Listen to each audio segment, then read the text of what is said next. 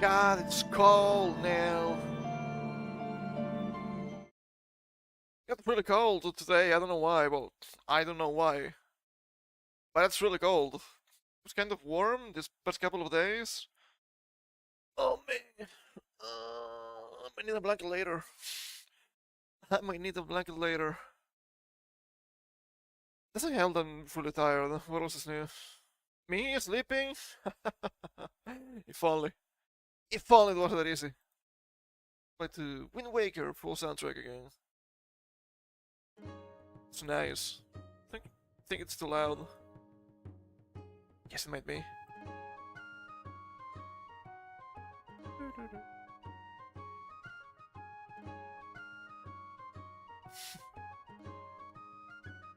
Ah, the news, man, the news. This week I almost got really scared. Oh man, maybe some people were expecting it. I wasn't really. But Sheen from Hololive is graduating soon. That's rough. That's really rough.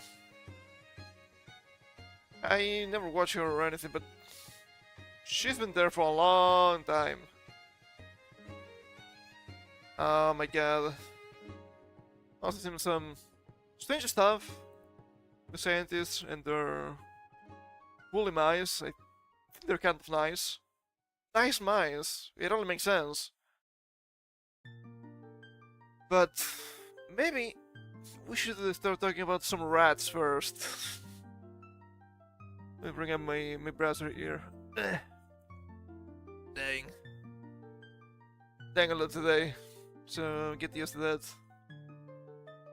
I know I haven't mentioned this whole week, but some banned on Twitch. Surely that's good news. Surely he will not be unbanned in a day, right? We'll see. This is from March 3rd. This was Tuesday, I think. It was Thursday.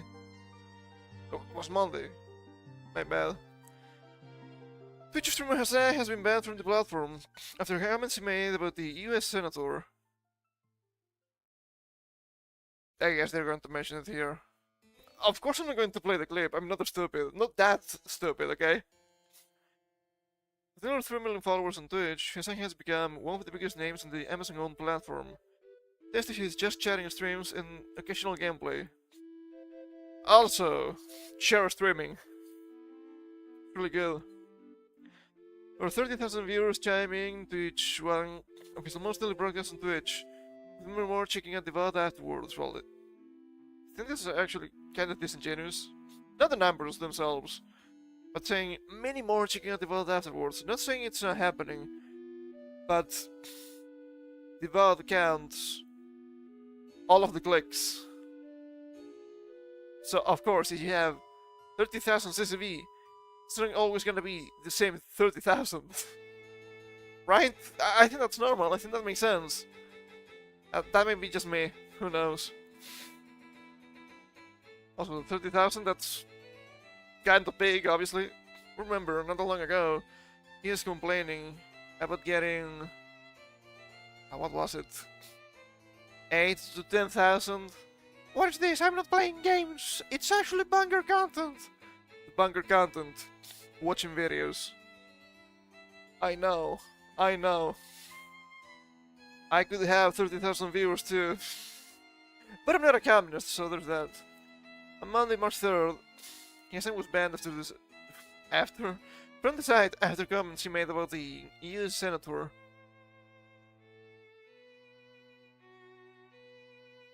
I hope they mention what he said. If not, Exarta, highly disappointed. At the time of writing, Hussein's channel displays a Twitch spam message revealing his account is temporarily unavailable. Shortly after the ban, fans speculated that it was due to comments he made towards the US Senator during a stream on February 27th.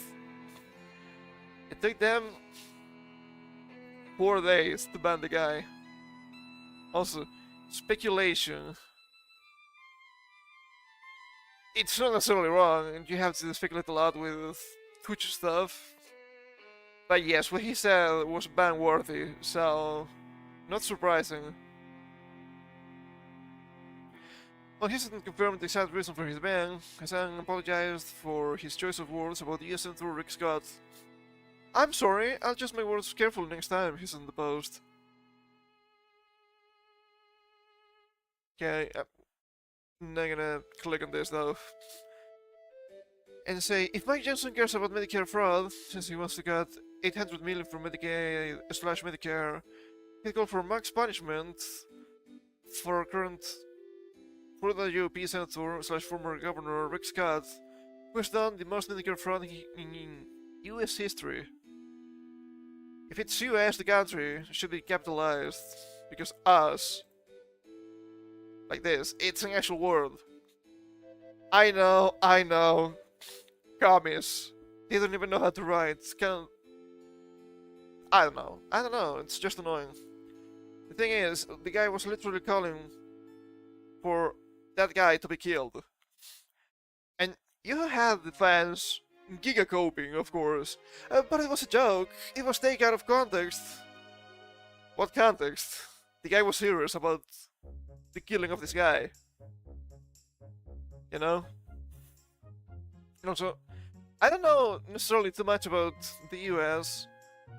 At least there are some of their systems. Isn't Medicaid and Medicare actually kind of ass? Isn't it like a huge waste of money that doesn't work properly?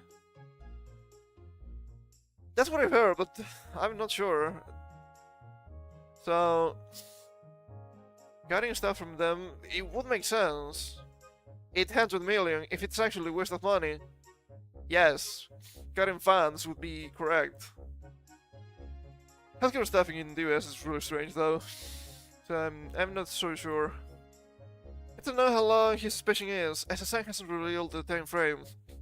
Twitch does not publicly comment on community guidelines and violations to protect the privacy of users. Privacy? It doesn't seem correct. And keep reading, you have here, I think Rather only addresses Twitch and ban rumors as 2-year wait goes on. Wow, banned for 2 years. What did this guy do? I'm not sure. I think he had a moderated chat, so it was not even from something he said. It was something the chat said. So, Sam banned. It's gotta be at least 3 days, right, guys? Asmongold got 2 weeks for saying something stupid that broke TOS. Surely, it's gonna be at least 3 days, right, guys? What are you, stupid? Of course not. Some biker banned from Twitch just 1 day after being, quote-unquote, cancelled. Give me the video. I refuse to watch the video, of course. Because it's just gonna be giga-cope, giga-propaganda, and not a huge fan of that. No, I'm being cancelled! I'm being cancelled! It's Asmongold's fault! They're all Nazis! I'm pretty sure that's along the lines of what he said. No. You got banned because you said something stupid that broke TOS. Get fucked. You own your words. I know, what a concept. Some package has been banned on Twitch just 1 day after calling for the death of politician Rick Scott. Now you say it's fully here, okay. Have some guts. The same person? It's not the same person, okay. That may be the case. Something he claims was a comment made in hyperbole. But it doesn't matter, you literally said that. You cannot say that. That's not protected speech. That's not free speech. That's literally calling for the death of a politician. They will never take responsibility for their actions. My goodness. What about... what's the magic word they love to use? There's a word, I don't remember it right now. I'm so sad. But yeah, they will never take responsibility for their actions. Imagine. At the biggest political commentators on Twitch, Piker has saying no shortage of controversy in his streaming career. Some stances on political issues have earned him equal parts iron and fanfare over the years. Hard stances? Do you mean extreme stances? That's also correct, and I think that's more fair. However, recent comment stream with him banned from Twitch. You mean to tell I got cancelled? He's then explained the reason behind his comments about the politician, saying that he doesn't actually want him to be killed, and that he'll try to be more careful with his words in the future. Okay, but if you don't want the guy killed, why did you say that he should be? You need to be careful, man. You need to be careful. It's clear that rules never apply to you because you keep acting like a fucking clown. Okay? Us, Urtachi, on the side, a little bit spicier, a little bit less protected. We're not protected at all, to be fair. If you want to say something that is true, it might sound a little bit spicy. And when you say us, we, and whatnot, it's with heavy quotations. It's not just the pro-establishment guys, in general. The quote-unquote maverick side, if that makes any sense. If what you're saying is true, and you shouldn't be banned for it, if it's a little bit spicy, you need to preface it with a lot of BS. It's like chanting and protecting a spell. You have to understand, it's just an example. It's just a fair case in the void and all that. Oh no. Rules applied evenly? Not even. And he'll try to be more careful, cool. And listening at the after his training, he's been welcomed back to the platform. Oh no. Oh no. Just today? A tiny little vacation? Surely that's not gonna be a benefit for this guy. It's the same as with the thoughts, right? Well, just show too much skin. We're going to have to slap your hand and ban you for 3 days. Like Ambereth, right? Did she get banned like 8, 9 different times? It doesn't work. It's actually a benefit for them. Then you have to wonder why you cannot actually criticize Twitch moderators for that. How curious. Some program banned after just 1 day. In criticizing Republican House of Representatives member Mike Johnson, Parker claimed that he wanted to go about fixing Medicaid. The way he wanted to go about fixing Medicaid wasn't correct. Yeah, maybe you shouldn't be killing people, I know. Do you know that killing is bad? Wow. What a take! All of the hottest takes here. Yeah, if you care about Medicare or Medicaid fraud, you will the guy. Hasn't claimed in his YouTube video explaining this clip. Second minute, this was out of line. Well, it was. He obviously shouldn't have used hyperbolic language. It's always hyperbolic after the fact. There's definitely some ownership by mistake, he stated. Some ownership? They are literally your words. You have to take full ownership, dude. Come on. I shouldn't have said that he should be undone. I should have simply said that Mike Johnson should punish Rick Scott. Yes, that makes sense. That makes more sense. Use the full force of the law. It's politics, it makes sense. And then they will tell you, I am dangerous for society. Just impressive. Something explained his issues with Scott, why he got hit in the moment, explaining why he felt inclined to use extreme language in relation to the issue, but you cannot do that. And it doesn't matter that you apologize, because you said that. Sure, now you understand it's wrong. You should still be punished, all the same. End of the video, he vowed to try and use more deliberate and more careful language on heated topics such as this to keep others from believing he'd take violent action toward others. Well, yeah. That's what we have to do. On stream, it's nothing new. I guess it's just the first time it bites your ass. I shouldn't have used the term kill, I should have used the term either capital punishment or just punishment in general. Capital punishment just means the same. So, you may want to use slower language, but you shouldn't be let scot-free. Fun expression in this case. Just because you said capital punishment instead of kill, it means literally the same. There's no whistle wording or anything. So, you know. But once again, I let you down. I used heavy rolling language, and the heavy rolling language has brought trouble my way. For once, you said worse shit than this as a biker, and you know it. But Twitch keeps seconds your cock, so there's that.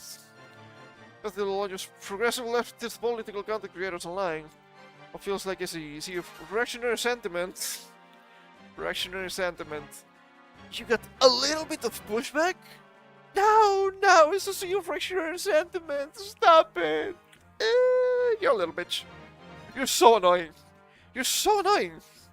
I promise you, we'll try to use more deliberate and more careful language going forward.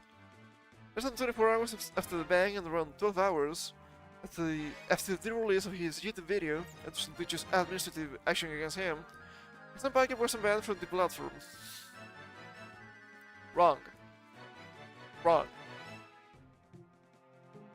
And this is really funny because you have, what's the guy's name? Ethan Klein. I don't like a bunch of different Ethans. Couldn't count on soon. I might be mixing them. I think it was Ethan Klein, right? H3 Productions. Is it production or productions with an S? I'm not sure. That guy.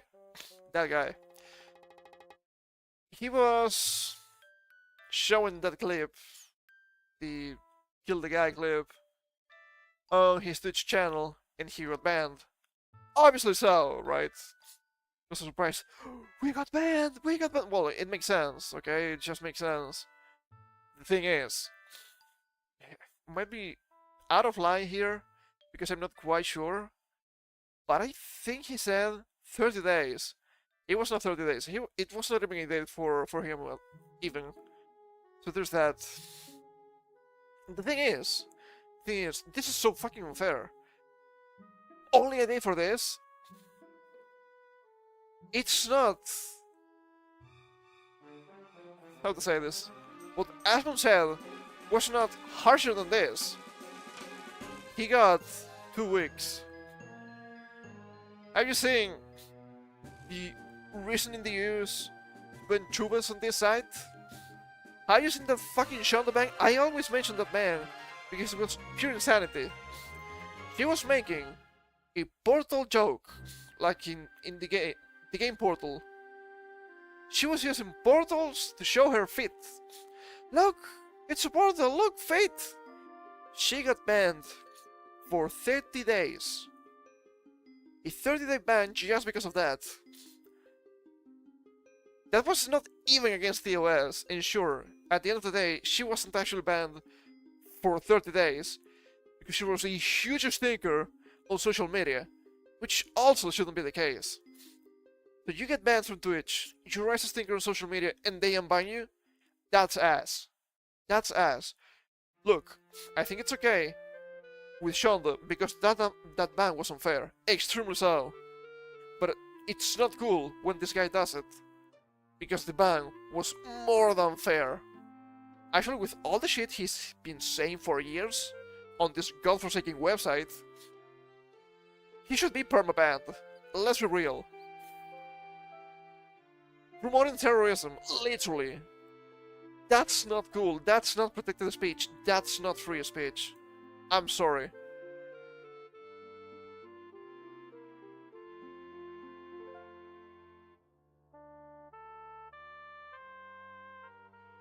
Just a day. Just a fucking day. And of course, this is just because Hassan is Twitch's golden boy. And now they will tell you, oh, but Hassan got banned. He got banned. Yeah, he got banned once since 2022 for a single fucking day. When they keep changing the rules around the bullshit this guy says, then don't you dare be a little bit too spicy with Chuba. Don't you dare show feet when flesh women show more stuff, okay? There was that girl that got literally fucked on camera and she got no more than a week. I cannot wait for this website to fucking collapse. I hope it happens soon, and it may be happening soon.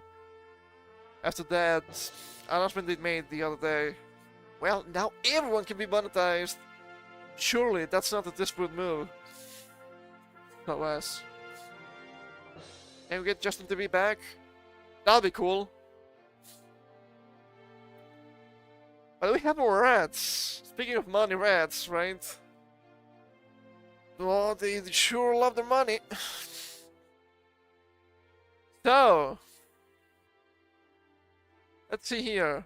Do you think YouTube is best? Might be better sometimes, but no. They're also really trashy. YouTube brings its more affordable premium line subscription to the US. Priced at $7.99 per month. Premium Lite will rate your YouTube experience of ads when watching most videos. It's $8 per month for Premium Lite. Back in the day, I'm pretty sure Premium was just $7. Not even 5, it was $7. So there's that. Also, most videos means anything that's not musical. So that's really interesting. It's 14 now? Holy fuck. That's a lot. YouTube is expanding its pilot of a new Premium Lite subscription plan to the United States. The company announced today. Priced at $8 per month compared to the 14 charged per regular YouTube Premium. Cheaper tier offers most videos without ads, including gaming, fashion, beauty, news, and more. The mere exception is music. For ad-free music videos, you still need to step up to the standard premium plan. It also gives you offline downloads and background playback. It's not gonna be, haha, funny cover, haha, funny with music. No, you know exactly what I mean with this. Huge artists. Guess they get hundreds of millions of views. You might think people like, I don't know, who are big YouTubers. I'm gonna count Mr. Beast. That's cheating. I don't know, Markiplier perhaps? Jacksepticeye? Do you still think? You might think they're big, and they're big for YouTubers, but they pale in comparison with the music industry in YouTube. Which makes sense. Your line doesn't include those perks. It's really just about removing ads from your YouTube experience. As someone who highlighted his YouTube Premium subscription lapse a few months ago, let me tell you, there are a ton of ad breaks these days. Yes. Yes. Huge ads on the site. It's only getting worse, probably. In the coming weeks, we'll also make Premium Lite available to all users in our current pilot countries. Thailand, Germany, and Australia. Australia get. Thailand gets a get. Germany. Interesting. The company added in its blog post, noting that YouTube Music and Premium reach over 125 million subscribers globally. When you include trial users. When you include trial users, that's funny. Premium Lite will expand to additional countries later this year. It has been testing Blank off and on in select markets for several years now, with the earliest reports dating back to 2021. In more recent tests, the company clarified that subscribers may still see non-interruptive ads when you search and browse. You still get ads when you search and browse, and they will tell you the site is good. It's not. In addition to the video ads attached to music and shorts. Wait, shorts can have ads? Or like ads? Jeez. You can test the bug of my mind that there's still no YouTube TV and YouTube Premium Battle. Surely that can be far off. Keep sucking dick. Surely that's a good idea. Chris Welch, more like Chris Wench. What the hell? And now you might be wondering, oh, but this is so strange. How could this happen? Well, that makes sense when you realize they just killed, or they tried to kill, ad blockers because they changed the manifest on Google Chrome. Now it's manifest v3 instead of v2. So now ad blocks don't work. You have like some ad blockers light. I don't even know if they work. Not so sure. But the idea is you cannot run away from the ads because we want money and we want more money. So there's no running away from this. That's why they keep increasing premium prices too. Speaking of that, have you seen Netflix? I think it's like $22 now. Is Netflix eating good? Do they have anything? I don't think so. I just don't think so. But you know. Oh my god.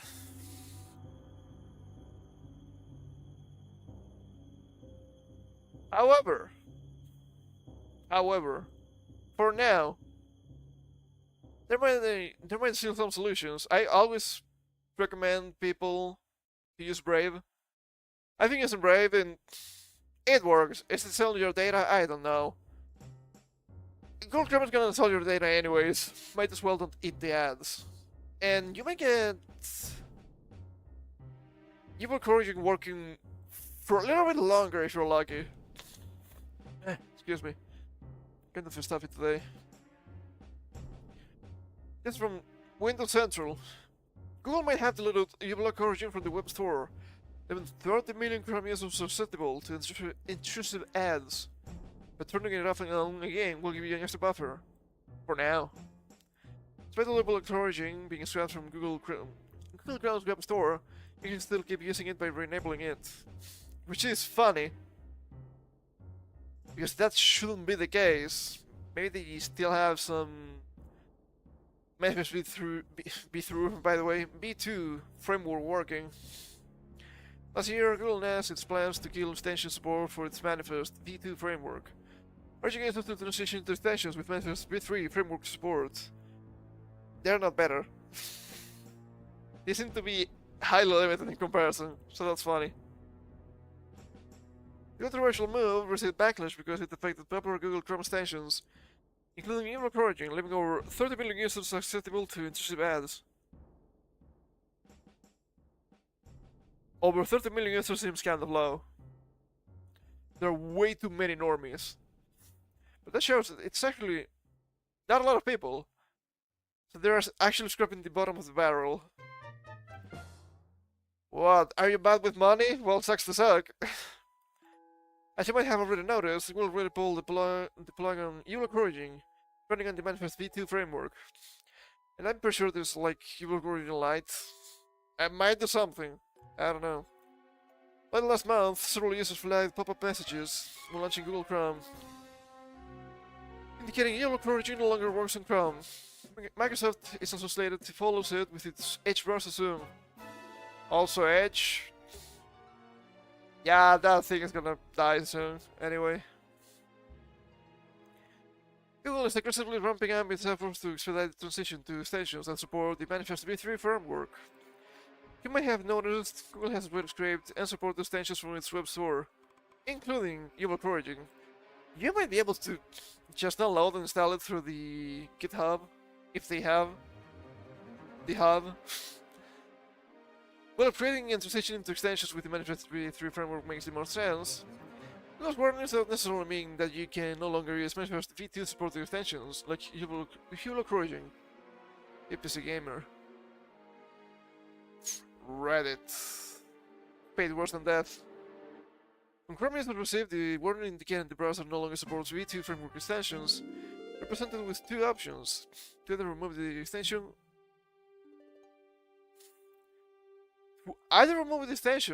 or remove it. Is this AI? Aren't you saying the same shit twice? Doesn't make any sense. Doesn't make any sense to me.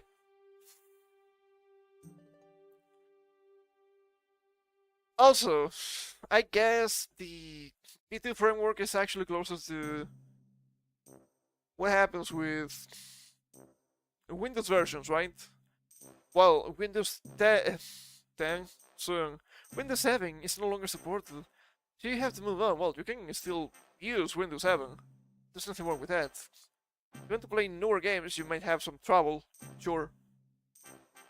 But yeah, that's it. Oh, but the security updates. What security updates? So if it's the same, we might get lucky for a while. I don't think Google Chrome is a good browser. I mean, it works okay, but at the same time, they keep trying to sell your shit. They keep spying on you. All the terrible, terrible stuff. The firmware option will uninstall the extension, which is presumably was the desired approach. However, the latter option allows you to navigate through Chrome settings and selecting the manage extension option. Okay, so when they say remove the extension, they mean uninstall, and when they say remove it, they mean disable it. Okay. I thought you guys were right, that's what happened. Well, modern journals, am I right? Through the highlight setting option, you can reactivate Human Foraging and confirm that you want to continue using the extension with the Manifest V2 extension. FSV2 framework, I guess. Simple as turning the extension back on again. Will Google pull support for the V2 framework? That's the bad part. If they actually do, you're fucked. You need to move on. We'll explain the transition from the Manifest V2 framework extension support to V3 because it presents security risks by allowing unreviewed code to be executing extensions. Fucking hate technology. You're not allowed to do fancy shit anymore because there's still people out there and they could make a mistake. You know what? Fuck them. They will learn to not play with shit they don't understand. For context, V3 only allows an extension to execute script as part of its package. What the fuck? I guess this includes not being able to read a bunch of stuff that happens on the actual site. Disappointed. That end, interviewing isn't clear when Google will permanently pull the plug on Google Origin. However, the company launched Google Origin Lite, a new version of the app that's manifest V3 compliant. Yeah, it's called Lite for a reason. It's not gonna be as good. However, the extension is still limited due to its compliance with the manifest V3 framework threshold. Yeah. I mean, there's nothing else they can do. I understand their points. I consider their evil Origin Lite to be too different from you block Origin to be automatic replacement. You have to explicitly find a replacement to evil Origin according to what you expect from a counter blocker. Evil Origin Lite may or may not fulfill your expectations. It's probably not going to. The developer claims Evil Origin is a paradigm version that's had to sacrifice many features. However, the change is imminent. There are several Google Origin alternatives that you can adapt. Brave browser. Pretty good. I was about to recommend Firefox with ad blockers and whatnot. Yeah, maybe not Firefox anymore. Well. We're not going to sell your data. Are we sure? They have plausible deniability with those statements, so I don't trust them.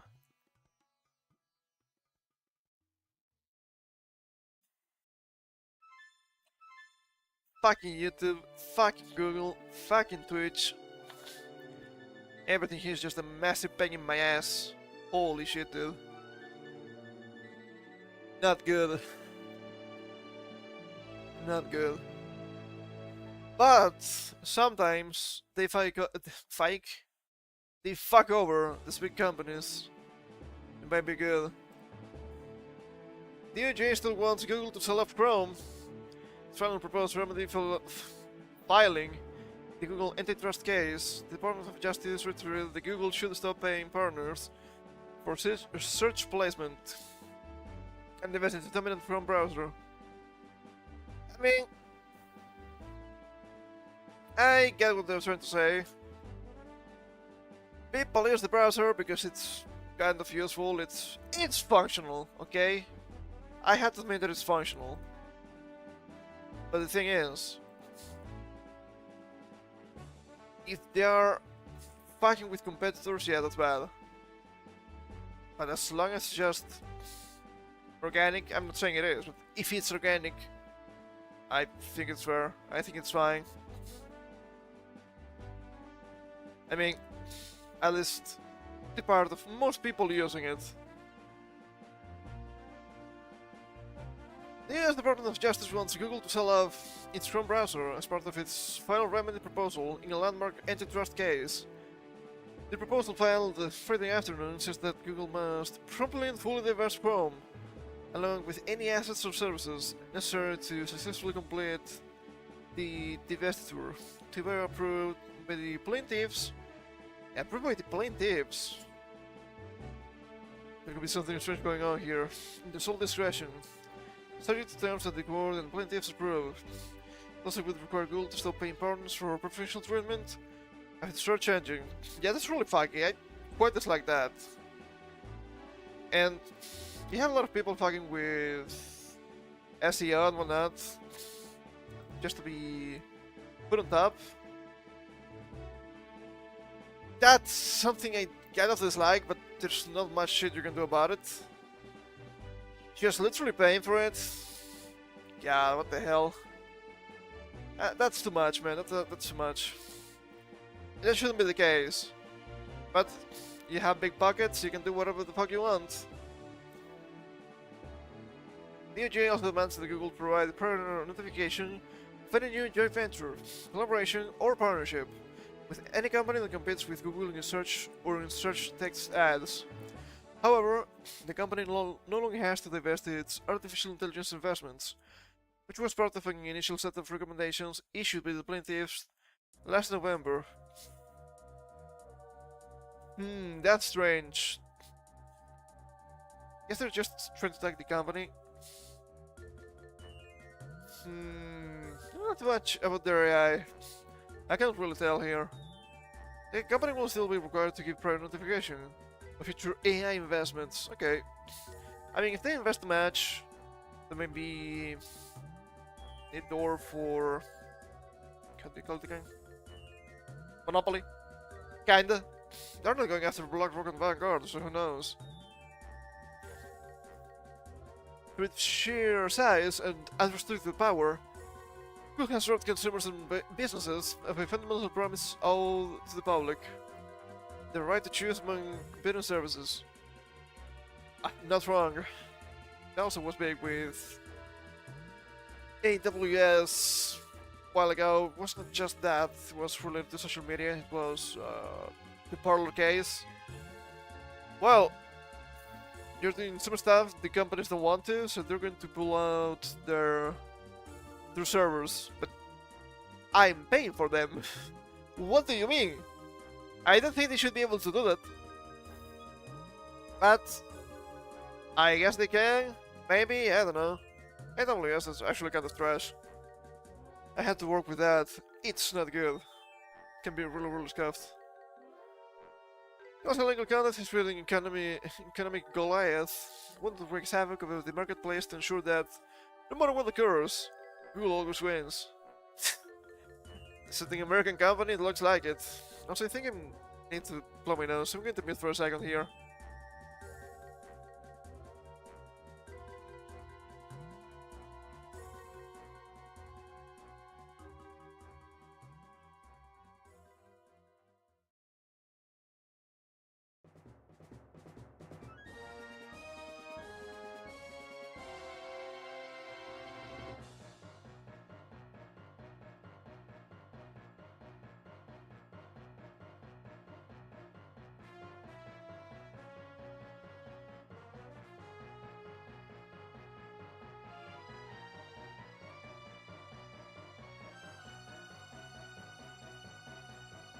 And before this part of the file gets muted.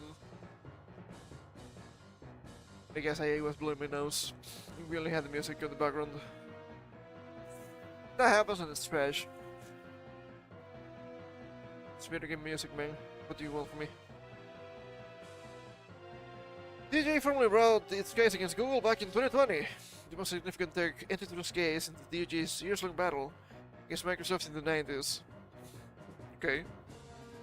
The lawsuit alleged that Google has used anti-competitive tactics to protect its search dominance and forged contracts to ensure its default search engine on web browsers and smartphones, especially smartphones. Also, saying forged contracts is kind of funny because that has a different meaning too. Because of its hold on search, the lawsuit claimed, Google can adjust the auction system through which it sells ads and increase prices for advertisers, raking more revenue from that. That's scummy. You will have to pay me more. Why? Because you said so. That's so ass. Isn't that just it's not insider trading. Isn't that just speculation? I don't think that's fair, not in this case. Google has argued that its overwhelming success in search has a nearly 90% share in the US market, stems from the company offering the best search technology. Is it really the best? A lot of people use it. I'm not sure if it's the best or not. Oftentimes consumers are easily able to change their default search engine. Google does face competition from Microsoft and others. Okay, hold up. That's not necessarily false, but that's not what they're talking about, right? Consumers are easily able to change their default search engine. True. But the complaint was default search engine. Because you know damn well that people will not change it. Because most people are, pick your poison, either extremely lazy or extremely stupid. And sometimes both. They're not going to change it. It's not going to happen. Maybe having if you're older. Also, competition from Microsoft and others. Guys, Bing surely is good. I don't think Bing is that bad actually. And apparently, that verse is kind of cracked in a strange way, because I guess people used it for a long time just to search porn. Funny how that works. I mean, it's worked for some stuff, obviously. The case went to trial in 2023, and in August of 2024, the U.S. District Judge for the District of Columbia, Emmett Mehta, ruled that Google has maintained a legal monopoly, both in general search and general search text ads. We can stretch the extension here, but I guess it makes sense. Maybe legal terms, I have no idea. Much of the ruling centered on the contracts Google has with device makers and browser partners, which use Google as their default search technology. According to Meta's ruling, around 70% in search queries in the US have through portals in which Google is the default search engine. I told you, people are not going to change it. Also, if you want to be a little bit fancy and you shit like DuckDuckGo, they're cacked now, so you don't want to use DuckDuckGo anymore. There's also that. Brave search is scuffed, especially for images, I've also found. Google then shares revenues with those partners, paying out billions of dollars to them, which disincentivizes more search rivals who can compete with those contracts, Meta said. Yeah, that sounds like monopoly to me. That seems to be an actual monopoly. This past November, government attorneys submitted a detailed plan to Meta that included a spate of recommendations for how to best loosen Google's stronghold on the US search market. These recommendations include that Google probably divest Chrome, its popular web browser, possibly divest Android. Yeah, I think that makes sense. And such partnership with Apple, which is weird, in which Apple receives billions of dollars each year for its software browser to default to Google search. Didn't Safari have its own search engine before? I think that's correct. Might not be the case. Even competitors access to Google's data for both search and ads. They would otherwise provide Google an ongoing advantage from its exclusionary conduct. That might be a little bit too much. That it's kind of a legalese. I'm not sure what that entails actually. Kent Walker, Google's president of global affairs and its chief legal officer, filed a November proposal a critical interventionist agenda that could endanger the security and privacy of millions of Americans and stifle innovation. Agreed. I don't think Google is becoming better day by day. It's becoming worse day by day. Walker said it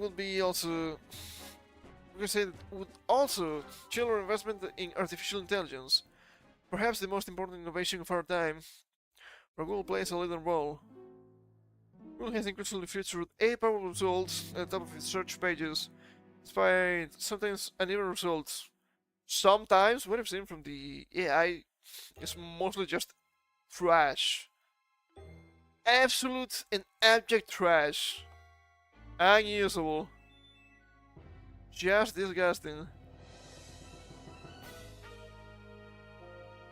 In counter proposal filed by Google in December, the company said it would structure its contracts to allow for multiple default search agreements across different devices, so that Apple's iPhones and iPads may have different default search engines.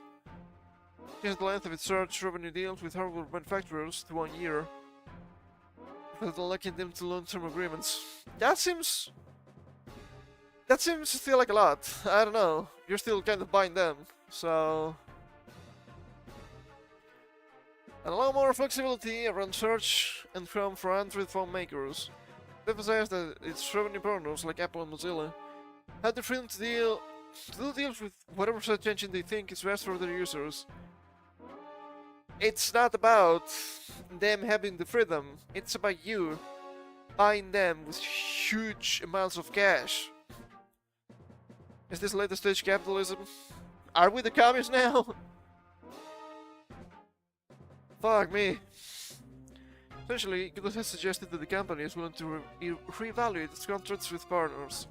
It has argued, citing earlier antitrust cases as precedent, that should they have to divest parts of its business, share its secret sauce with competitors, or restrict its investments in search and AI, all of which, it argues, would dampen innovation. It would dampen innovation. You're not the only company, though. I don't think you can say that. Wait, they can say it, I don't think it's true. Today, a sufficient remedy is notable in that it reinforces calls for a breakup of part of Google's core business. For Google, it's incumbent to what will likely be a years-long appeal process. Google has already said it plans to appeal whatever remedy is issued. Arguments for the two proposals are scheduled for April in mid-court. Google did not immediately respond to requests for comment. That makes sense. They never do. The remedy will also mark the first major outcome of a US antitrust case under the new Trump administration. Paul Swanson, a litigation partner at Holland and Harrods LLP in Denver, Colorado, who focuses on technology and antitrust, says the government's remedies may be part of a maximalist opening position that they can then negotiate from. Yeah, that makes sense. I think that's the Trump strat, and it works. So, yeah, I don't think you can criticize that.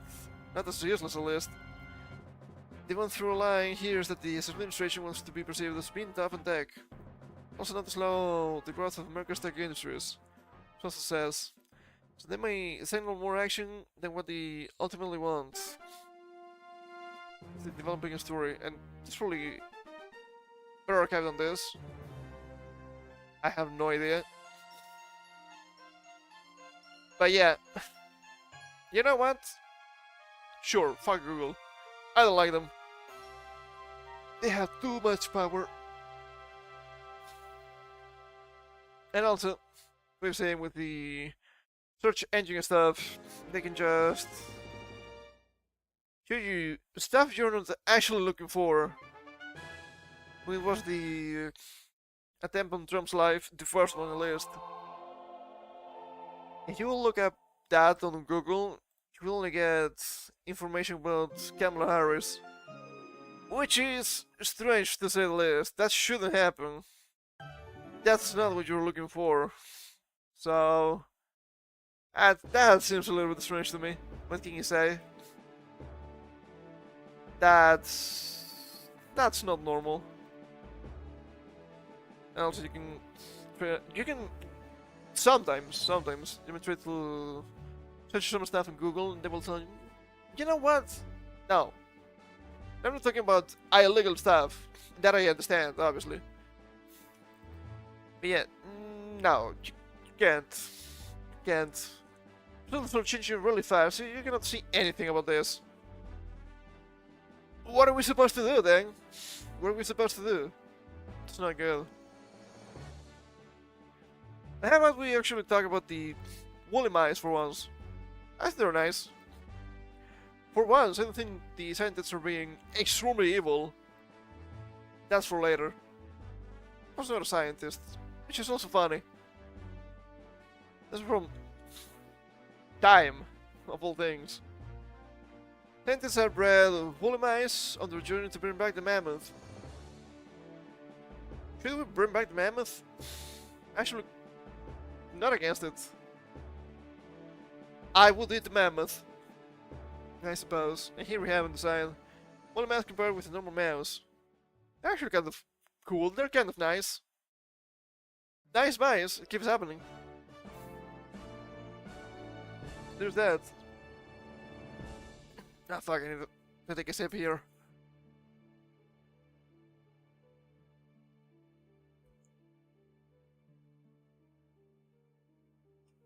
Speaking of mice, got a new mouse for my PC.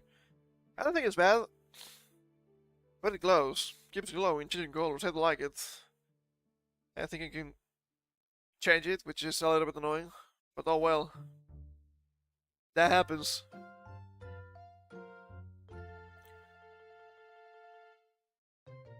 Keep looking at it, so strange. Station is typically for good. Once a species winks out, it survives only memory and the fossil record. When it comes to the woolly mammoth, however, that rule has not been banned. It's been 4,000 years since the ancient 12-foot elephant-like beast walked the earth, but part of its DNA now operates inside several liters of 4-inch F-ounce mice created by scientists at the Dallas-based Colossal. I don't think these guys are based actually. Colossal Laboratories and Biosciences. 12 foot, how much is that? That doesn't seem that high actually. It's around 3.5 meters. As in height, I thought they were bigger. Guess they're just a little bit taller than actual elephants, maybe. I'm not sure. The mice don't have their characteristic short, gray-brown coat, but rather long, wavy, woolly hair of the mammoth, and the extinct beasts accelerated fat metabolism, which helped it survive Earth's last ice age. Both traits are the result of sophisticated gene editing that colossal scientists hope will result in the reappearance of the mammoth itself as early as 2028. 2028? That's way sooner than expected. So cool. Mammoth mice. Imagine this thing, but being 12 foot. Pretty big. That's a big rat. Kind of cool. The hair's all over the place. The colossal woolly mouse marks a watershed moment in the extinction mission, said the company CEO Ben Lamb in his statement. By engineering multiple cold-tolerant traits from mammoth evolutionary pathways into a living model species, we've proven our ability to recreate complex genetic combinations that took nature millions of years to create. Oh, they're playing God! Is this Jurassic Park? It's not quite the same. But I think this makes more sense than Jurassic Park, at least. Can we have dinos now? I would eat a dino. I would try it at least. Gold has been working on restoring the mammoth ever since the company's founding in 2021. The animals relatively recent extinction, just a few thousand years ago, as opposed to the tens of millions that marked the end of the reign of the dinosaurs. Oh, now dinosaurs for us. Sad.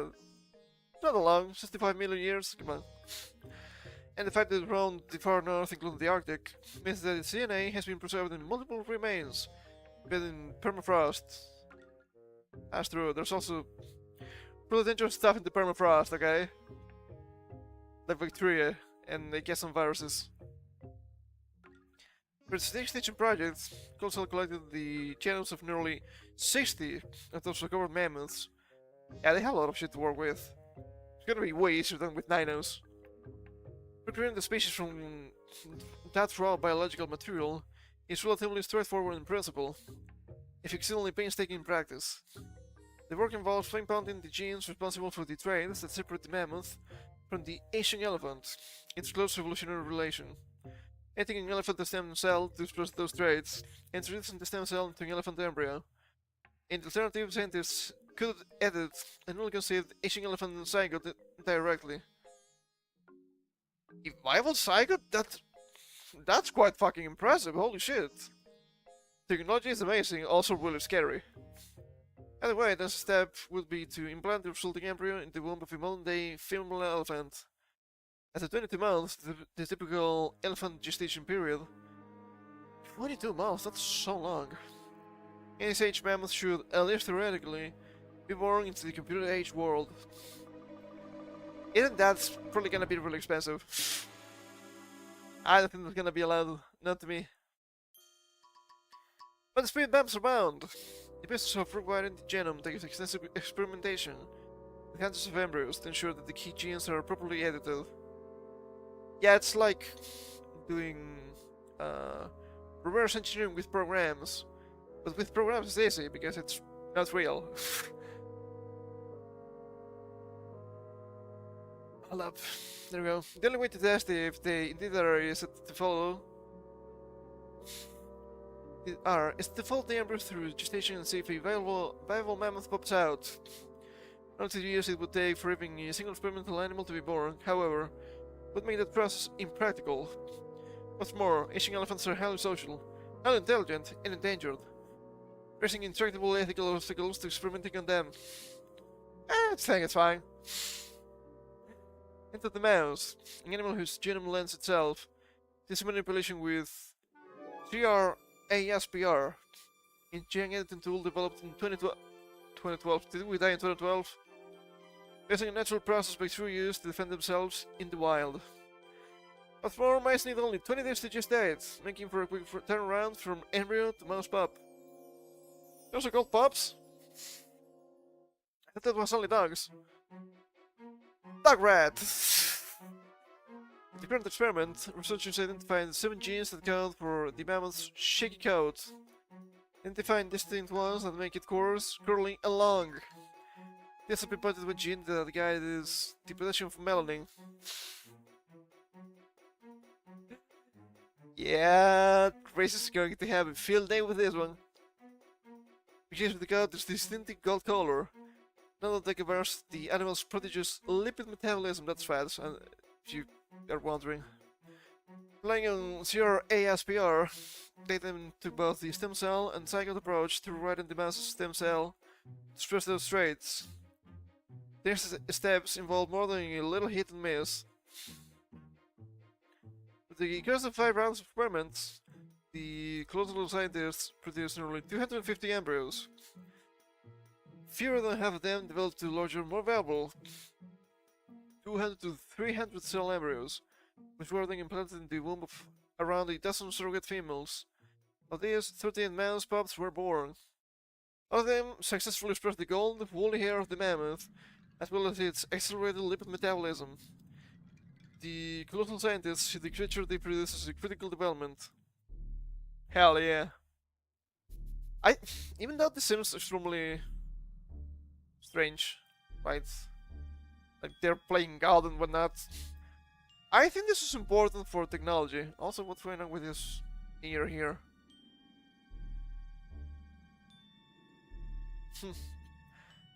I think it's an important experiment just for technology itself. Biology, technobiology, biotechnology. I think it's biotech, right? And sure, some of these can be really used for evil and whatnot. As people always say, yeah, but what about gene editing with actual humans? Well, there's the good part. That would be avoiding some terrible deformation, illnesses, and whatnot. But then you also have the really ugly part, like, um, how are they called again? Swine babies, I think? Because you have the chance of having super soldiers and whatnot. That's probably happening already. But it can be used for good. So I don't think this is just demonic or anything.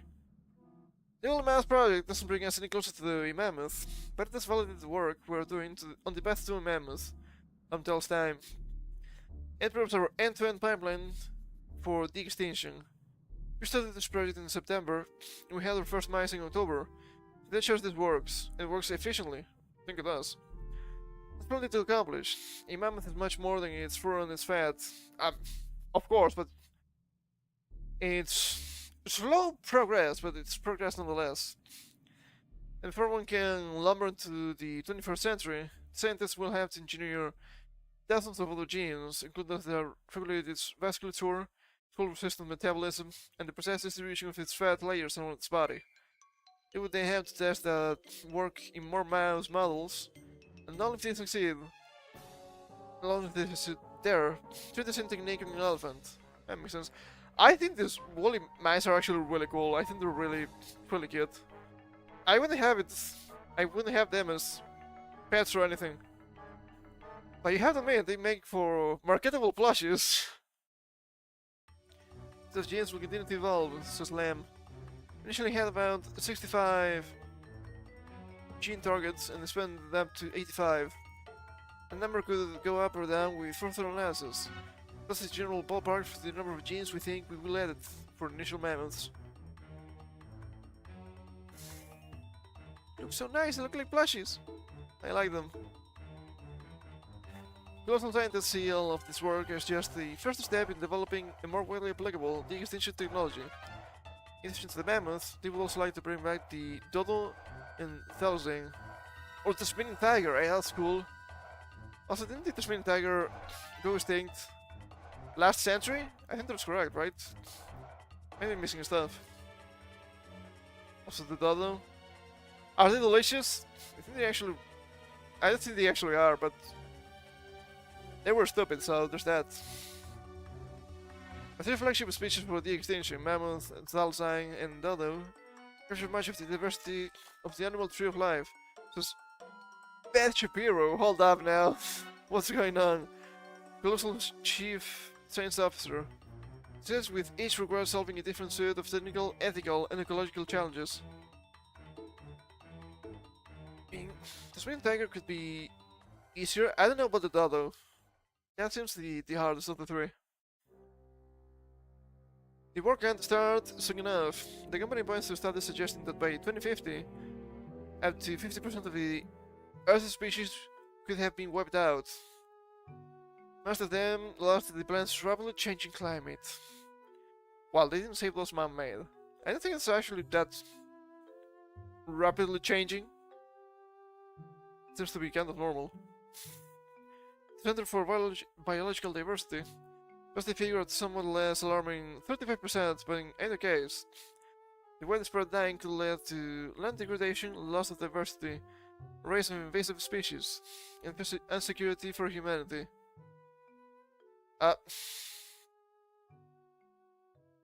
We suffered, and when I say we, I mean the planet, suffered worse shit than this. I think it's gonna be fine, guys. I think it's gonna be fine.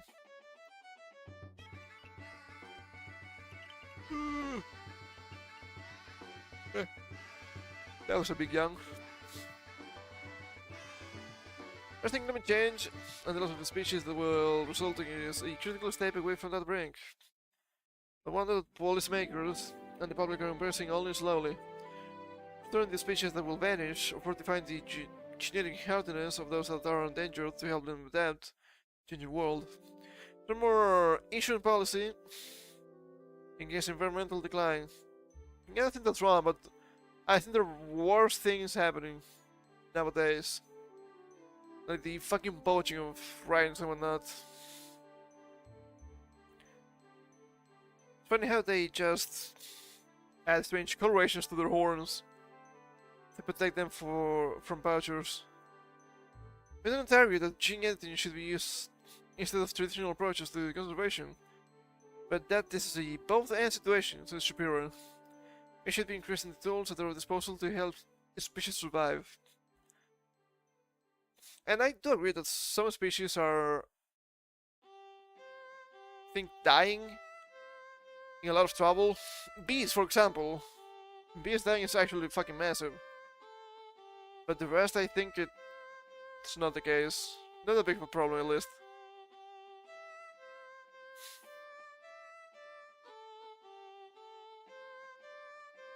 But you know,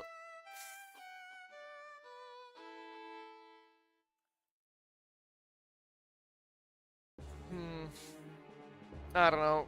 Every time they mention climate change, I just perk up a little bit.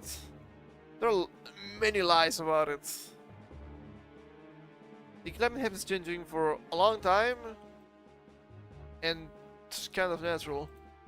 There was like a mini ice age back in the medieval age. So there's that.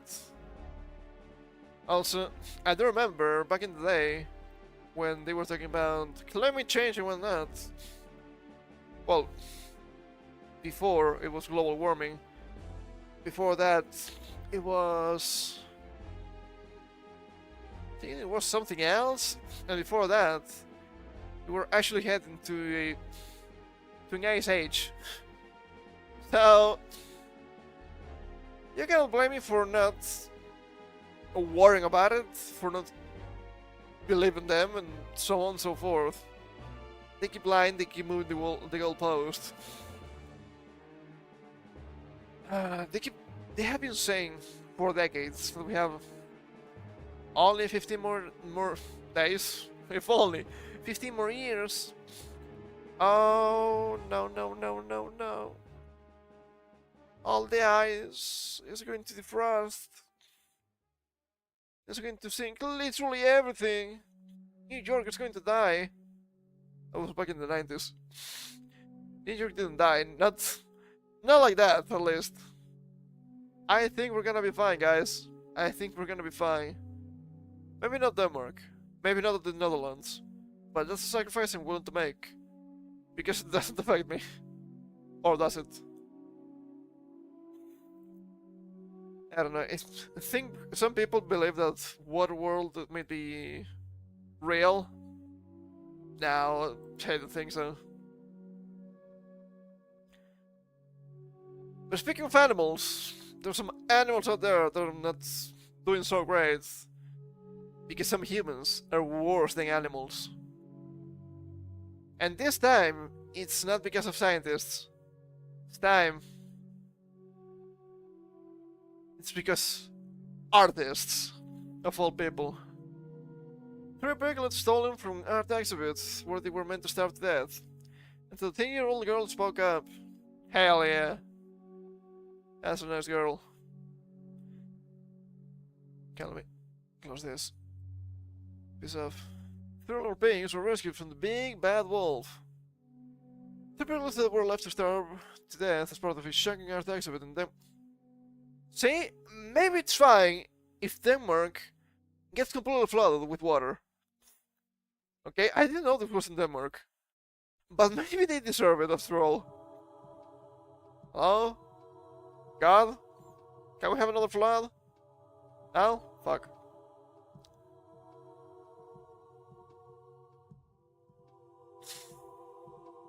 Part of a shocking art exhibit in Denmark have been stolen and saved from their horrific fate. There's the 10-year-old girl begging her father to come to their rescue. Ah, shit. With that name, the guy might be Italian. I thought Italians were good. What happened? Are this Marco Evaristi? That looks Italian to me. Both first name and last name. Could be wrong. Up in the And Now You Cure exhibit on Friday in Copenhagen to wake out the Danish society to the cruel treatment of factory-farmed pigs in a nation that is one of the world's largest pork exporters. They are not left to die of hunger. What are you talking about? To make his point, Chai Liang with an Italian name. You would expect Argentina? The hell? Concerning the cage of hay and shopping carts trapping in three of adorable piglets inside with the express purpose of allowing them to starve to death. But the tiny pigs have been given a second chance in life after the conscience of a friend of the artist, Kaspar Stephenson, prevailed of the unsavory demonstration. Kaspar Shotto! Maybe that guy is also evil. Probably not. Not in this case. Stephenson said his 10-year-old daughter begged him to make sure the pigs won't die. So the big hearted dad teamed up with the animal rights group, the Gnome Danske, it's probably butchered, the Forgotten Danes, to steal the animals even if it meant betraying his friend. I think your friend is a psychopath. Maybe you shouldn't be friends. It was a project by young activists to help free the animals, and let them into the gallery secretively on Saturday, Stephenson admitted to the Associated Press. Pigs named Simon, Lucy, and Benjamin were spirited away from the makeshift torture chamber and taken to a safe location by the Gnome Danske, I don't know the language. On Saturday morning, we were contacted by one of Eversity's colleges. What a fucking name, I'm trying here, okay? Informed us the pigs could be picked up before 11 o'clock on the same day. The statement from the activist group posted Tuesday read. Passive dance. The group said it ensured that no property was stolen and no further crimes were committed during the act. Insofar as to record the swine swiping and practically call Copenhagen police. Stephenson added that he was not planning on telling his friend about his involvement with the poor-lone piglets, but was forced to after the Gnome Danske made the statement online Tuesday. Ibaraki was surprised to find out his friend was part of the jailbreak, was able to find the silver lining. He called up police on Saturday to report the piglets stolen. They had to shut down the entire exhibition because of that. He was very disappointed when Gaspar told me on Tuesday that he was involved in the theft. Ibaraki said, "We're reading this right? I'm not sure. I think there are some typos here." Then I thought about it for a few hours, and realized that at least this way, the piglets will have a happy life, the authors reflected. What do you mean? It was really easy to avoid. You put them there, what are you talking about? What's wrong with the fucking guy? What? Several animal rights groups vociferously voiced their opposition to the avant-garde exhibition. It was first announced, while acknowledging the truth of its underlying message. The underlying truth? Fuck off. Different kinds of pro-animal behavior, I guess. But it's not a good kind of pro-animal behavior. And sure, I do agree that animals should be treated better, in farms and whatnot. They are not starved to death. Okay? It's quite literally the opposite. They are overfed, so they are big. And each pig, or cow, or what else, has more meat. Also the hormones, yeah, that's really fucky. I completely understand the indignation of Bart. See? It doesn't have a guy here. But it has a guy here. I don't understand. Bridget Dim, spokesperson for Animal Protection Denmark, said last week, "But we do not agree that 3 piglets, 3 individual living beings, Should your star will be prevented from drinking until the day from it. It's illegal in its abuse of the animals. It is illegal in Denmark? That seems a little bit strange. Sure, if it's just because of animal abuse, maybe. It is strange. 25,000 piglets each day on Danish farms for masturbation. Because ours are bred to have litters of 20 piglets while only being equipped with 14 teats. The New York Times reported. During animal protection in Denmark, I find that hard to believe. They wouldn't be starved to death. It would be way easier to just kill them and eat them. First he says he's conceiving a new way to revive the eggs of it, telling the AP that next time we will steal dead piglets from meat processing plants. You can just make dolls, realistic dolls. What are you doing? You guys a psychopath. They will produce roughly 28 million pigs annually from 5,000 pig farms, according to the Danish Agriculture and Food Council. 90% of those pigs are exported, accounting for more than 5% of total exports, making the industry vital for the Danish economy. Keep the exhibition, put the artists in the cage. God damn. Something's thinking about Europe. The region has sharpened more twisted than the US. Not necessarily wrong. Oh, this guy's getting spicy. The true soul of liberals. It's not about saving animals. It's about getting their 15 minutes of fame. Like Democrats proving they don't care one bit about climate change when they sell their Teslas because of TDS. I don't think this guy is wrong. I think this guy is wrong. It's maybe just shock value, but once again, you can have shock value without killing the pigs. I do believe. So there's that. Oh man. What a fucking animal. Not the pigs, but the artist. And someone had to greenlight this. So they were actually greenlighting something that's illegal apparently in Denmark. So I don't know. That seems a little bit strange to me. I think it's a little bit hard to tell, but I think there's something strange going on. Something strange in the neighborhood.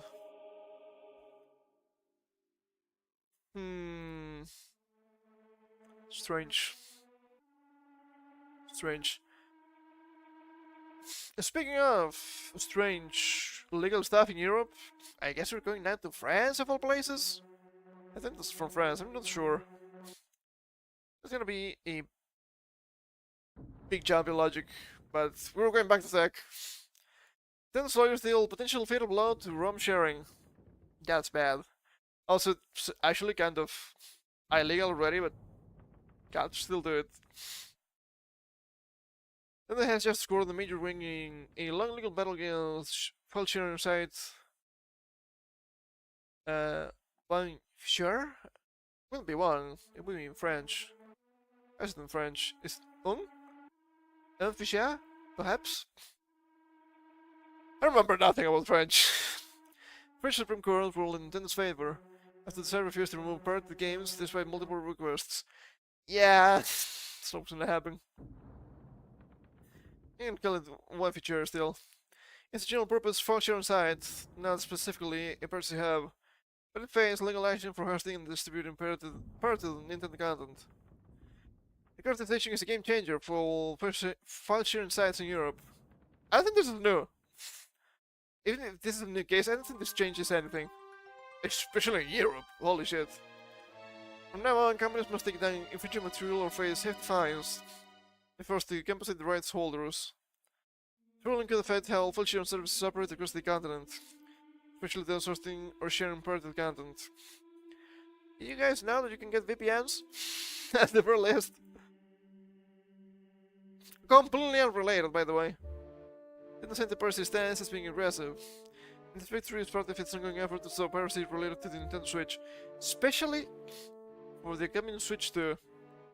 That's really clear to me. Because the Switch is not a new system or anything. But they know what happened with the DS and the 3DS. And they probably don't want a repeat of that. Just rampant piracy since the beginning. The company then warned gamers against downloading pirated copies of its games, especially to enhance the gaming experience and raise functionality issues on legitimate hardware. Harms the gaming experience. Are we sure about that? I don't know. That seems like cope. Actually, it's quite the opposite. Do you guys remember when Pokemon Sword and Shield, not Sword and Shield, the other ones, Scarlet and Violet, released? Not only people were playing them earlier on PC, it actually worked better than on the Switch. Funny how that works. However, the lack of fruitful game availability on newer systems has sparked debates about game preservation. Yes, how about Legends of the River King 2? Fishing game with the Game Boy Color. I guess also there's other stuff, right? How about they added some classic games to the Switch eShop or whatever? Cool. How many fucking times do I have to buy those classic games?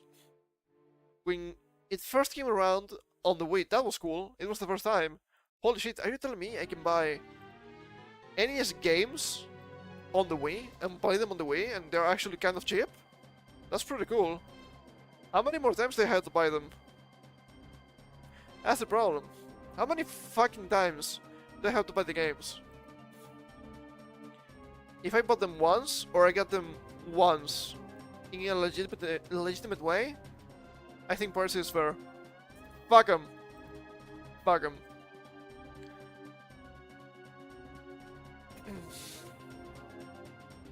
This gets follows other legal actions Nintendo has taken against piracy. Been shutting down popular Nintendo Switch emulators like it used to last a year. The emulator was legal, but some other stuff was not. Like, there was some payment stuff, they were sharing BIOS, keys and whatnot. That's actually illegal. You have to dump them from your own system for it to be legal. Legal? Well, listing itself isn't illegal. Nintendo has cracked down on websites distributing ROMs and modding communities running pirated games. Modding communities running pirated games. Wow. What a way of poisoning the well. Mods are actually a fair game. They're actually fair. They're actually pretty good. They make the games better. Despite this effort, pricing remains a challenge, especially since Switch hardware is easier to emulate than expected. Yeah, what did you expect? It's not that strong. With Nintendo Switch 2 set to launch later relatively soon, the company seems to be ramping up its efforts to stop pricing its tracks. This will signal the beginning of more strict enforcement across Europe, making it clear that the fight against illegal game sharing is far from over. They have comments here. No, they actually having comments. It's not a thing. Funny. Yeah, and you know what? Fuck 'em. Sure, I get it, right? Piracy of new games is fucked. How many times do I have to buy games that are 20 or 30 or perhaps more years old? How many more times do you want me to pay you for a game that I already own? That's the problem. I do own many games. Why should I buy them again? I shouldn't. And actually I have some games several times in a legal way because some things happen, okay? Some things happen. Like with The Legend of Zelda, the OG NES release. I don't have the NES version, but I do have the GBA version. I bought it, was my first version. $20, it was really cheap. For what it was, honestly. I also got it on the GameCube through the Master Collection. And I'm pretty sure I also have it on my 3DS. Thanks to the... what's the name of that thing? I don't remember the name, the proper terminology. But if you bought the 3DS in the beginning, it was more expensive. Later, they reduced the price until Ambassador, the Ambassador system. And everyone that bought it before would get 10 NES games and 10 GBA games. And the GBA games were actually exclusive to the Ambassador system. And I'm pretty sure one of the NES games was The Legend of Zelda. There's that. That's also the reason why I have Beach Cap twice. Funny. Funny how it works. So yeah, that's gonna be a pain in the ass, because I think it's fair, more than fair, to get those really old games. It's not even possible to get them legally anyway. And some people may say, like, flea market and whatnot. Yeah, good luck with that. Good luck with that. It's not gonna happen. Speaking of a strange, legal happiness here. Discord in early talks with bankers for potential IPO. It has become a mainstay of the video game community and young internet users, sometimes way too young. So there's that.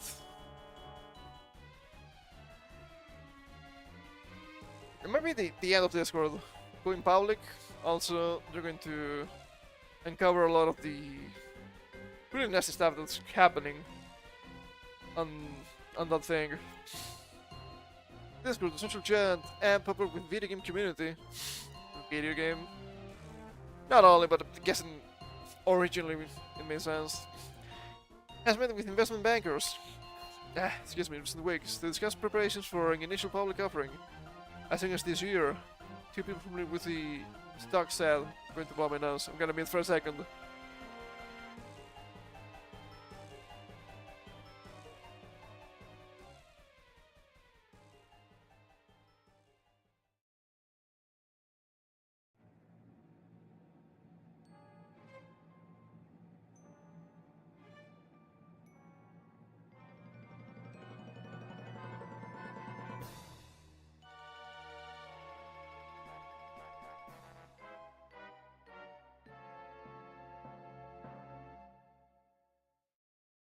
Oh man. My nose is really stuffy still, but I think this is a little bit better. IPF, a well-known technology company, could provide a much-needed jolt for private companies avoiding public listings. Market volatility caused by an uncertain economy, along with strong valuations for private-held companies, has led to a slow start for the IPO market this year. This was lastly valued by private investors in 2021 at roughly 50 billion USD. Holy shit, it's a lot of money.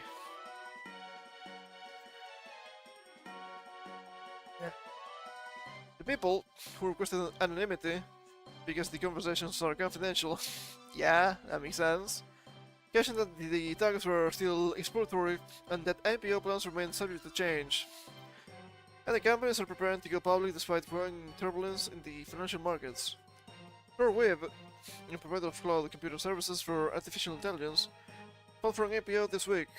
CoreWeave said in its filing had revenue of around 1.9 billion last year, and net loss of 863 million. Well, I guess being AI might not be the best. It's still shaky business.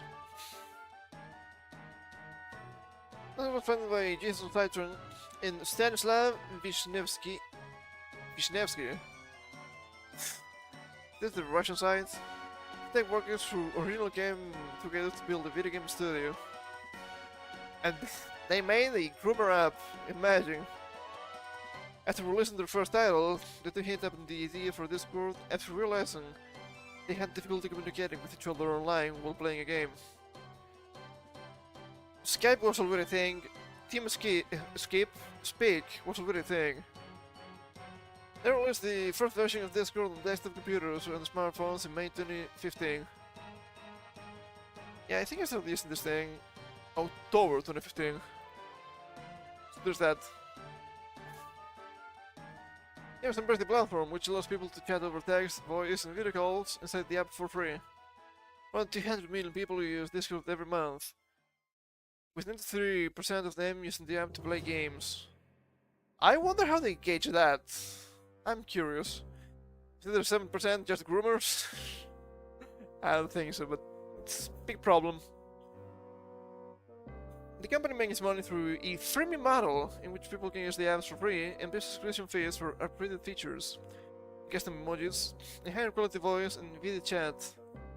This group does not rely on other advertising to generate revenue, which makes sense. I'm not a big fan of their shop or anything, but I guess it works better than having ads. In recent years, this group has tried to expand its appeal, embracing influencers, musicians, and other figures who have created their own Discord chat rooms for their fans to gather and form online communities. It's really the setup, so that makes sense. Discord is also starting to expand its business. The company debuted an online shop in 2023. Reasons can pay to enhance their profiles and add custom graphics to their digital avatars. Should be able to upload some stuff too. Maybe it's just limited. I think makes sense. They are huge in the all for the money kind of deal here. Oh man. I don't know if it's gonna be for better or for worse if they actually go public. They can probably just claim a bunch of shit that's happening on the side, but at the same time, companies going public is never good. It's usually a really bad idea. As we've seen. Do we have to mention Cover Corp again? I think it's too soon for that.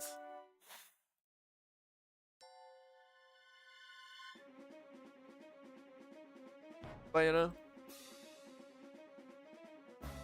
we'll see what happens. We'll see what happens. If it actually becomes trash, we'll see alternatives. You will always have TeamSpeak.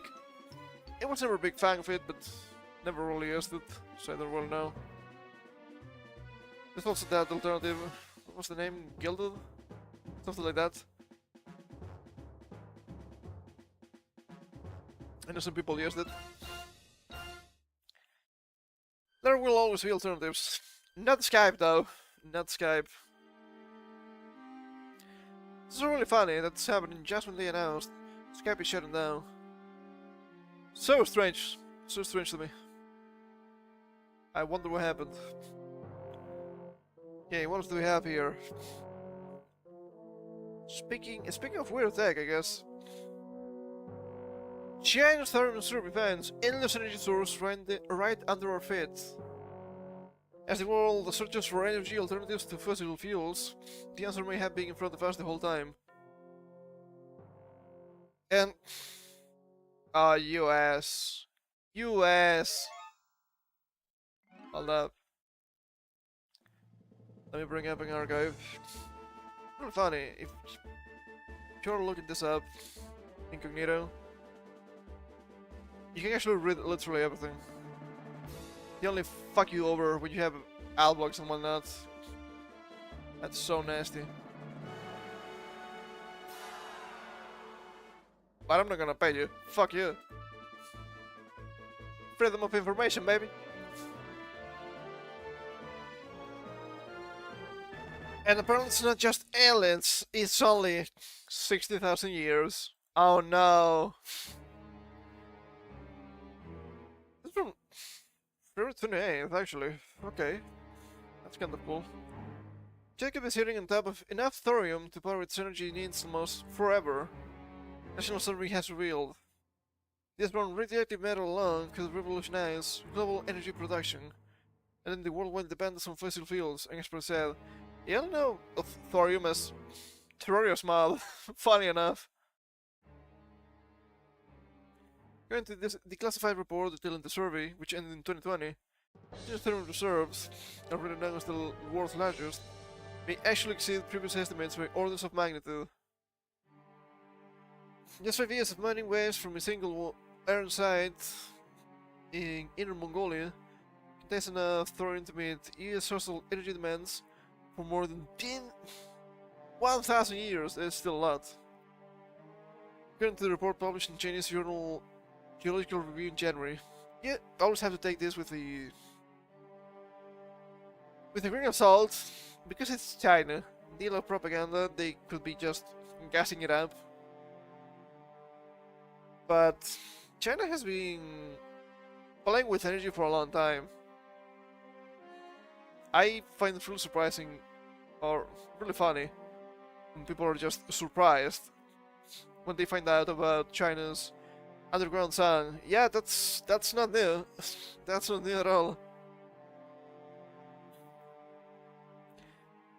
Fully explored, the Bayang Oval mining complex could yield 1 million tons of thorium, enough to fuel China for 60,000 years, according to some scientists' estimates.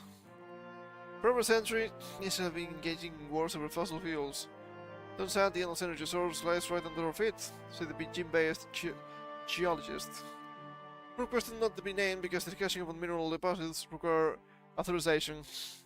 China, that makes sense. And you have to understand, the worst for fossil fuels is not because they are an energy source. They're an energy source, but it's because oil barrels can be used as money. That's it. That's a big deal. You have a lot of oil, you sell it like spices back in the day, I guess, but this seems a little bit more useful. That's why they keep trying to shut down shit like nuclear. Have you seen Europe? Yeah, not looking good. They've been closing down a bunch of nuclear plants the last, what, 5 years? That doesn't seem to be good in general, especially Germany. And now, what are they doing? Well, they're just burning coal to create energy. Is this the 1800s? It might be. Sad and pathetic. And to buy really expensive gas from Russia because you're fucking stupid. Ah, the energy crisis, the energy crisis. Yes, there's an energy crisis. Doesn't mean what you think it means. Let's finish for today with something that's just stupid. I'm gonna be finishing kind of early today again. I think it's fine, I'm tired. I'm here. You know?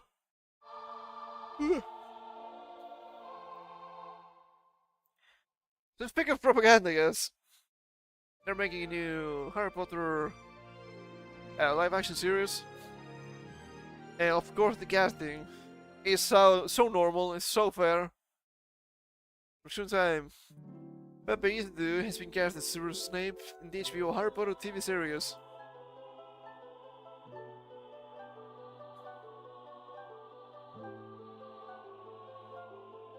They look literally the same, huh? You have some people say, okay, but why not have Adam Driver? It's a good example. And the plays are really spicy. They're really funny. Oh boy, I can't wait for the animosity between Snape and Harry to come across as racism. Well, I guess it's not going to have a single lining a scar. It's gonna be 2 this time. As you're going to tell me, the Greek goddess Athena is played by a black actress in the new Odyssey movie. It's funny because that's literally happening. Then he gets ruled by a bunch of white kids for being impale, sallow, northern-looking freak. Snape who joins with Hitler because the white girl he was in love with loved his enemy. Snape who taught defense against the dark arts. Yeah. Oh, fuck's sake. Another very soft character. I'm so fucking sick of this BS. Here him being as an actor, but really, he's not Snape, and he will never be. Stick to the original. And then here's the controversial take. Make more black / LGBT characters instead. For example. You can do that. They keep doing a lot of weird shit with live action and stuff, like the How to Train Your Dragon. I think I mentioned that before. Ah, but why are you so evil? She's not even black. She's not even black. She doesn't even look like the character. What are you talking about? And of course, she's not 100% black. I think that's what they mean. I don't know, man. I don't know. It's just really stupid. But as long as people keep eating the shit up, it's gonna keep happening. So you know what? Stop it. Stop eating trash. I beg of you. It's nothing useful.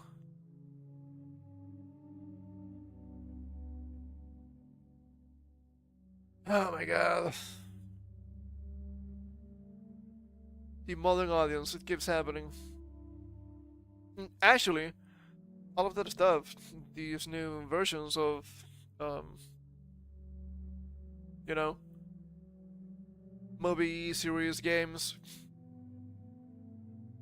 and it's not good. It's not good. It doesn't look in any way better than the original. It doesn't feel in any way better than the original. Why would you bother with that? I don't understand. I don't get it. It's so stupid, man.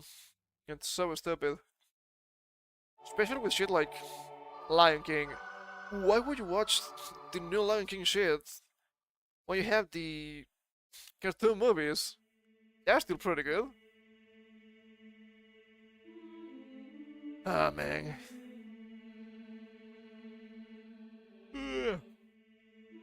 You have to hit them where it hurts. Right in the wallet. Let's see the fucking stop. And they may not stop because it may just be, once again, purely ideological.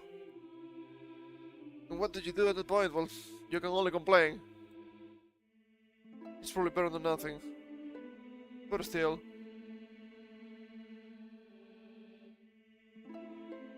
Anyway. I'm a little bit early, but I think it's time for me to piss off. So, plan for next week, we're gonna be playing a bunch of MTG Forge Adventure. We're gonna be playing a bunch of Dragon Ball Online. That's gonna be the deal.